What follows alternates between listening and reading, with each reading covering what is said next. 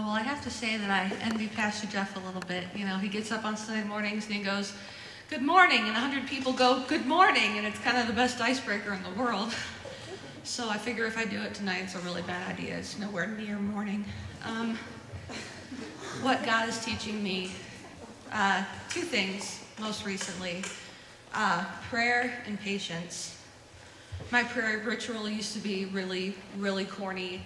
I had this little pink journal from Walmart, and it said, "I am a princess, my father is the king of kings," and I thought it was the coolest thing in the world. And so every time I wanted to pray, I'd go to this little journal and write down what was on my mind. And I guess, in a way, that's what prayer is. It's getting out your thoughts, it's turning it to God. But that's not what it's all about. I found soon enough that prayer is the everyday ability to just say what you're thinking, to give your problems to God. In a way, prayer is faith. Whatever you're going through, whatever you can't handle anymore, you say, "God, I give this to you." Whether you're writing it down or, praying behind your steering wheel because the weather is awful and the roads have 8 feet of snow on them, and because we're in Ohio. And, anything you give up to Him, it's not a sacrifice. It's saying, "Lord, I trust you to take care of my problems." And that's about all I learned about prayer, is that God isn't an all requests must be submitted in writing type God. He's, give me your problems, give me your burdens, no matter where you are, no matter what's going on. I'm in control.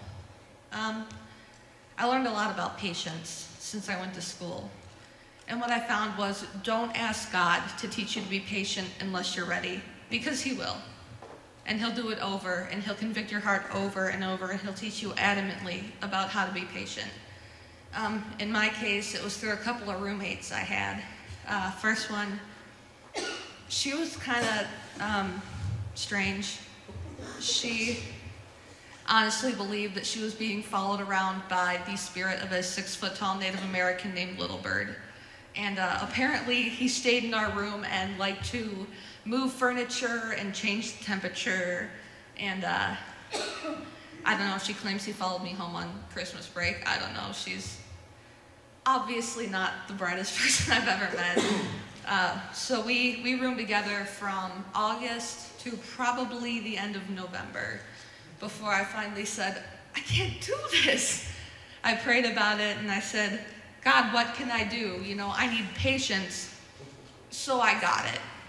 So He tested me every single day. I'd come home from classes and find that she was making plaster molds of severed Barbie doll heads in the middle of our room or something odd like that. And I'd pray and I'd say, "Lauren, those are really pretty." And she'd go, "What are you talking about?" My second roommate, her name's Adrian. Sweet as she can be, except for sometimes she wakes up in the morning and says things like, "Holly, I don't know what happened. When I woke up, I didn't hear my alarm go off, but I could hear it in my head." I'm like, I said, "God, I mean it this time. I want to be patient." So I guess over the course of the semester, what I really learned is that prayer and patience are very closely linked.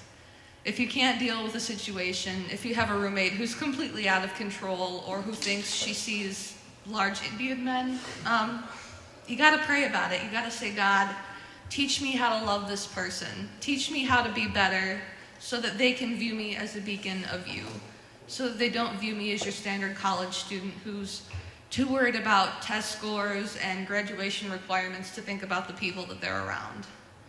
Teach me how to be somebody like you, who loves no matter what, who shows the world that you're out there, that you're looking out, and that shows people like Lauren and Adrian that no matter what, you're going to love them, and so will I." And I guess that's kind of what I learned about patience. He used one more, and that was speeding.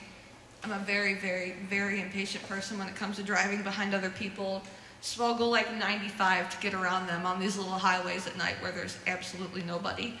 And the other day I got a speeding ticket, and it was the first actual police officer that ever caught me. Usually it's just the speed cameras hidden in Cleveland, but this guy's like, no.